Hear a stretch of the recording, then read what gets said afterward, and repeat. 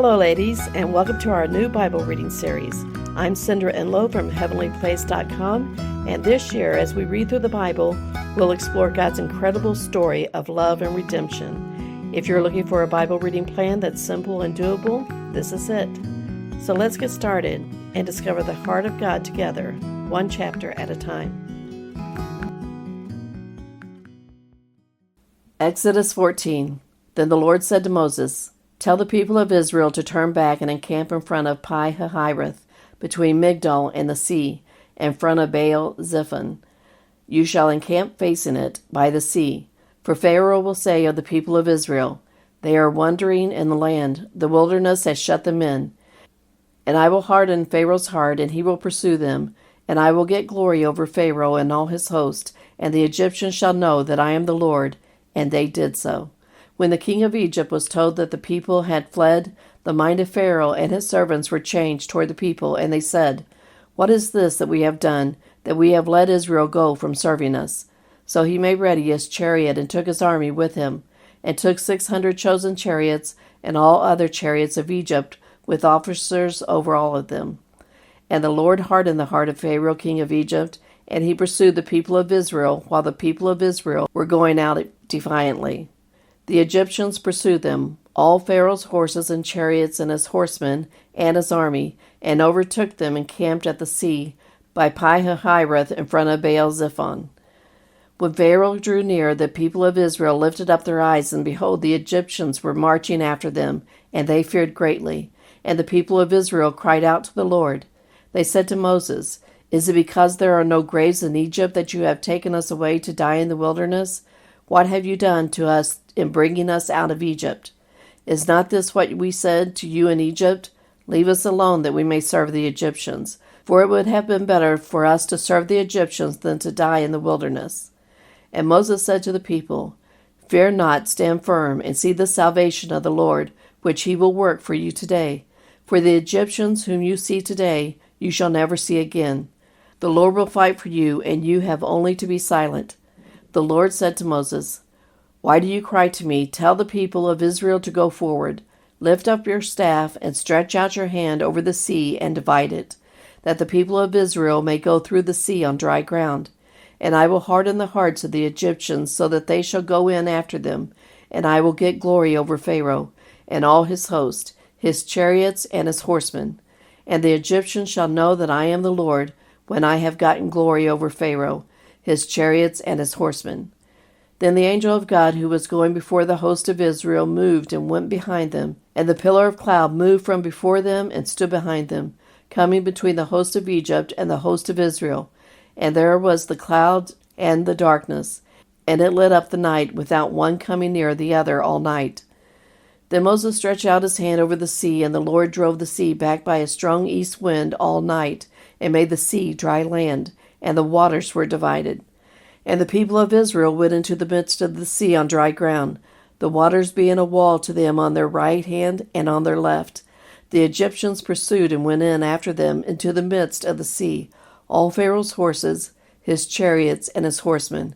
And in the morning watch the Lord in the pillar of fire and of cloud looked down on the Egyptian forces and threw the Egyptian forces into a panic, clogging their chariot wheels so that they drove heavily. And the Egyptians said, "Let us flee from before Israel, for the Lord fights for them against the Egyptians." Then the Lord said to Moses, "Stretch out your hand over the sea, that the water may come back upon the Egyptians, upon their chariots and upon their horsemen." So Moses stretched out his hand over the sea, and the sea returned to its normal course when the morning appeared. And as the Egyptians fled into it, the Lord threw the Egyptians into the midst of the sea. The waters returned and covered the chariots and the horsemen. Of all the host of Pharaoh that had followed them into the sea, not one of them remained. But the people of Israel walked on dry ground through the sea, the waters being a wall to them on their right hand and on their left. Thus the Lord saved Israel that day from the hand of the Egyptians, and Israel saw the Egyptians dead on the seashore. Israel saw the great power of the Lord used against the Egyptians. So the people feared the Lord, and they believed in the Lord and in his servant Moses. Exodus 15. Then Moses and the people of Israel sang this song to the Lord, saying, I will sing to the Lord, for he has triumphed gloriously. The horse and his rider he has thrown into the sea. The Lord is my strength and my song, and he has become my salvation. This is my God, and I will praise him, my father's God, and I will exalt him. The Lord is a man of war. The Lord is his name. Pharaoh's chariots and his hosts he cast into the sea, and his chosen officers were sunk in the Red Sea. The floods covered them. They went down into the depths like a stone. Your right hand, O Lord, glorious in power. Your right hand, O Lord, shatters the enemy. In the greatness of your majesty you overthrew your adversaries. You send out your fury. It consumes them like stubble. At the blast of your nostrils the waters piled up. The flood stood up in a heap. The deeps congealed in the heart of the sea. The enemy said, I will pursue, I will overtake, I will divide the spoil. My desire shall have its fill of them. I will draw my sword, my hand shall destroy them. You blew with your wind, the sea covered them. They sank like lead in the mighty waters. Who is like you, O Lord, among the gods? Who is like you, majestic in holiness, awesome in glorious deeds, doing wonders? You stretched out your right hand, the earth swallowed them. You have led in your steadfast love the people whom you have redeemed. You have guided them by your strength to your holy abode. The peoples have heard, they tremble. Pangs have seized the inhabitants of Philistia. Now are the chiefs of Edom dismayed. Trembling seizes the leaders of Moab. All the inhabitants of Canaan have melted away. Terror and dread fall upon them. Because of the greatness of your arm, they are still as a stone. Till your people, O Lord, pass by, till the people pass by whom you have purchased. You will bring them in and plant them on your own mountain, the place, O Lord, which you have made for your abode, the sanctuary, O Lord, which your hands have established. The Lord will reign forever and ever. For when the horses of Pharaoh with his chariots and his horsemen went into the sea, the Lord brought back the waters of the sea upon them, but the people of Israel walked on dry ground in the midst of the sea. Then Miriam the prophetess, the sister of Aaron, took a tambourine in her hand, and all the women went out after her with tambourines and dancing. And Miriam sang to them, Sing to the Lord, for he has triumphed gloriously. The horse and his rider he has thrown into the sea. Then Moses made Israel set out from the Red Sea, and they went into the wilderness of Shur. They went 3 days in the wilderness and found no water. When they came to Marah, they could not drink the water at Marah because it was bitter. Therefore it was named Marah. And the people grumbled against Moses, saying, What shall we drink? And he cried to the Lord, and the Lord showed him a log. And he threw it into the water, and the water became sweet. There the Lord made for them a statute and a rule, and there he tested them, saying, If you will diligently listen to the voice of the Lord your God, and do that which is right in his eyes, and give ear to his commandments, and keep all his statutes, I will put none of the diseases on you that I put on the Egyptians, for I am the Lord your healer. Then they came to Elim, where there were 12 springs of water and 70 palm trees, and they encamped there by the water. Exodus 16. They set out from Elim, and all the congregation of the people of Israel came to the wilderness of Sin, which is between Elim and Sinai, on the 15th day of the 2nd month after they had departed from the land of Egypt. And the whole congregation of the people of Israel grumbled against Moses and Aaron in the wilderness. And the people of Israel said to them, Would that we had died by the hand of the Lord in the land of Egypt, when we sat by the meat pots and ate bread to the full, for you have brought us out into this wilderness to kill this whole assembly with hunger. Then the Lord said to Moses, Behold, I am about to rain bread from heaven for you, and the people shall go out and gather a day's portion every day, that I may test them, whether they will walk in my law or not. On the 6th day, when they prepare what they bring in, it will be twice as much as they gather daily. So Moses and Aaron said to all the people of Israel, At evening you shall know that it was the Lord who brought you out of the land of Egypt, and in the morning you shall see the glory of the Lord, because he has heard your grumbling against the Lord. For what are we that you grumble against us? And Moses said, When the Lord gives you in the evening meat to eat, and in the morning bread to the full, because the Lord has heard your grumbling, that you grumble against him, what are we? Your grumbling is not against us, but against the Lord. Then Moses said to Aaron, Say to the whole congregation, to the people of Israel, Come near before the Lord, for he has heard your grumbling. And as soon as Aaron spoke to the whole congregation of the people of Israel, they looked toward the wilderness, and behold, the glory of the Lord appeared in the cloud. And the Lord said to Moses, I have heard the grumbling of the people of Israel. Say to them, At twilight you shall eat meat, and in the morning you shall be filled with bread. Then you shall know that I am the Lord your God. In the evening quail came up and covered the camp, and in the morning dew lay around the camp. And when the dew had gone up, there was on the face of the wilderness a fine flake-like thing, fine as frost on the ground. When the people of Israel saw it, they said to one another, What is it? For they did not know what it was. And Moses said to them, It is the bread that the Lord has given you to eat. This is what the Lord has commanded. Gather of it each one of you as much as he can eat. You shall each take an omer, according to the number of the persons that each of you has in his tent. And the people of Israel did so. They gathered some more, some less. But when they measured it with an omer, whoever had gathered much had nothing left over, and whoever had gathered little had no lack. Each of them gathered as much as he could eat. And Moses said to them, Let no one leave any of it over till the morning. But they did not listen to Moses. Some left part of it till the morning, and it bred worms and stank. And Moses was angry with them. Morning by morning they gathered it, each as much as he could eat, but when the sun grew hot it melted. On the 6th day they gathered twice as much bread, 2 omers each. And when all the leaders of the congregation came and told Moses, he said to them, This is what the Lord has commanded. Tomorrow is a day of solemn rest, a holy Sabbath to the Lord. Bake what you will bake, and boil what you will boil, and all that is left over lay aside to be kept till the morning. So they laid it aside till the morning, as Moses commanded them, and it did not stink, and there were no worms in it. Moses said, Eat it today, for today is a Sabbath to the Lord. Today you will not find it in the field. 6 days you shall gather it, but on the 7th day, which is a Sabbath, there will be none. On the 7th day some of the people went out to gather, but they found none. And the Lord said to Moses, How long will you refuse to keep my commandments and my laws? See, the Lord has given you the Sabbath. Therefore, on the 6th day he gives you bread for 2 days. Remain each of you in his place. Let no one go out of his place on the 7th day. So the people rested on the 7th day. Now the house of Israel called its name manna. It was like coriander seed, white, and the taste of it was like wafers made with honey. Moses said, This is what the Lord has commanded.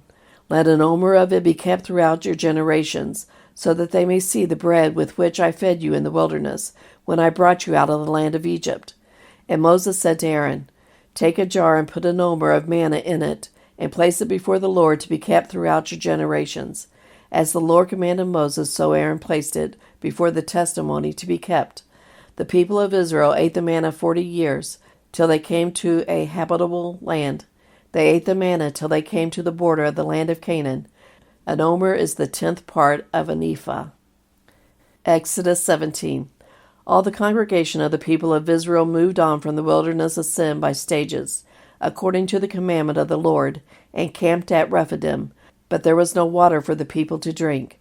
Therefore the people quarreled with Moses and said, Give us water to drink. And Moses said to them, Why do you quarrel with me? Why do you test the Lord? But the people thirsted there for water, and the people grumbled against Moses and said, Why did you bring us up out of Egypt to kill us and our children and our livestock with thirst? So Moses cried to the Lord, What shall I do with this people? They are almost ready to stone me. And the Lord said to Moses, Pass on before the people, taking with you some of the elders of Israel, and take in your hand the staff with which you struck the Nile, and go. Behold, I will stand before you there on the rock of Horeb. And you shall strike the rock, and water shall come out of it, and the people will drink. And Moses did so in the sight of the elders of Israel, and he called the name of the place Massah and Meribah, because of the quarreling of the people of Israel, and because they tested the Lord by saying, Is the Lord among us or not? Then Amalek came and fought with Israel at Rephidim. So Moses said to Joshua, Choose for us men and go out and fight with Amalek. Tomorrow I will stand on the top of the hill with the staff of God in my hand. So Joshua did as Moses told him and fought with Amalek, while Moses, Aaron, and Hur went up to the top of the hill. Whenever Moses held up his hand, Israel prevailed, and whenever he lowered his hand, Amalek prevailed. But Moses' hands grew weary, so they took a stone and put it under him, and he sat on it, while Aaron and Hur held up his hands, one on one side and the other on the other side. So his hands were steady until the going down of the sun. And Joshua overwhelmed Amalek and his people with a sword. Then the Lord said to Moses, "Write this as a memorial in a book and recite it in the ears of Joshua, that I will utterly blot out the memory of Amalek from under heaven." And Moses built an altar and called the name of it, "The Lord is my banner," saying, "A hand upon the throne of the Lord will have war with Amalek from generation to generation." Exodus 18. Jethro, the priest of Midian, Moses' father-in-law, heard of all that God had done for Moses and for Israel his people, how the Lord had brought Israel out of Egypt. Now Jethro, Moses' father-in-law, had taken Zipporah, Moses' wife, after he had sent her home, along with her 2 sons. The name of the one was Gershom, for he said, "I have been a sojourner in a foreign land." And the name of the other, Eleazar, for he said, "The God of my father was my help, and delivered me from the sword of Pharaoh." Jethro, Moses' father-in-law, came with his sons and his wife to Moses in the wilderness where he was encamped at the mountain of God. And when he sent word to Moses, "I, your father-in-law, Jethro, am coming to you with your wife and her 2 sons with her," Moses went out to meet his father-in-law and bowed down and kissed him, and they asked each other of their welfare and went into the tent. Then Moses told his father-in-law all that the Lord had done to Pharaoh and to the Egyptians for Israel's sake, all the hardship that had come upon them in the way, and how the Lord had delivered them. And Jethro rejoiced for all the good that the Lord had done to Israel, in that he had delivered them out of the hand of the Egyptians. Jethro said, "Blessed be the Lord, who has delivered you out of the hand of the Egyptians and out of the hand of Pharaoh, and has delivered the people from under the hand of the Egyptians. Now I know that the Lord is greater than all gods, because in this affair they dealt arrogantly with the people." And Jethro, Moses' father-in-law, brought a burnt offering and sacrifices to God. And Aaron came with all the elders of Israel to eat bread with Moses' father-in-law before God. The next day Moses sat to judge the people, and the people stood around Moses from morning till evening. When Moses' father-in-law saw all that he was doing for the people, he said, "What is this that you are doing for the people? Why do you sit alone, and all the people stand around you from morning till evening?" And Moses said to his father-in-law, "Because the people come to me to inquire of God. When they have a dispute, they come to me, and I decide between one person and another, and I make them know the statutes of God and his laws." Moses' father-in-law said to him, "What you are doing is not good. You and the people with you will certainly wear yourselves out, for the thing is too heavy for you. You are not able to do it alone. Now obey my voice. I will give you advice, and God be with you. You shall represent the people before God and bring their cases to God. And you shall warn them about the statutes of the laws, and make them know the way in which they must walk and what they must do.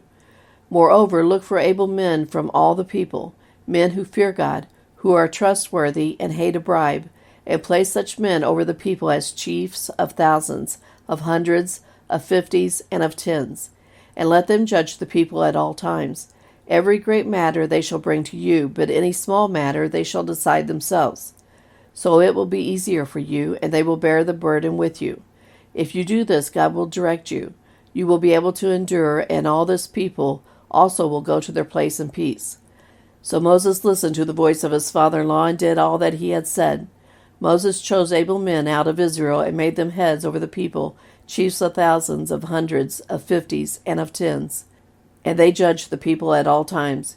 Any hard case they brought to Moses, but any small matter they decided themselves.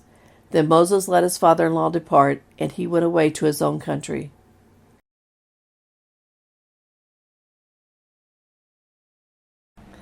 All right, ladies, let me just leave you with this. When God delivered the Israelites from captivity, his goal wasn't just freedom, it was transformation. Freedom is a gift, and independence is a blessing. But God was after something deeper. The Israelites walked away from Egypt believing in God, but they didn't know how to trust him. So he led them not just out of slavery, but into a journey of faith. The parting of the Red Sea, the cloud by day, the pillar of fire by night, the bitter waters made sweet, and the water from the rock, the quail, and the manna from heaven. Each miracle wasn't just about provision. It was about teaching them to rely on his faithfulness. And yet, despite all they had seen, they still doubted. If they had fully trusted him, they would have realized that God wasn't just meeting their needs, he was transforming their hearts. And here's where we see the heart of God. He doesn't just rescue. He refines, he leads with patience, and he shows us his mercy and his love through his provision. All right, ladies, we're going to end it right here. I hope you'll be back the next time as we continue in the book of Exodus, and you guys have a blessed day. Bye.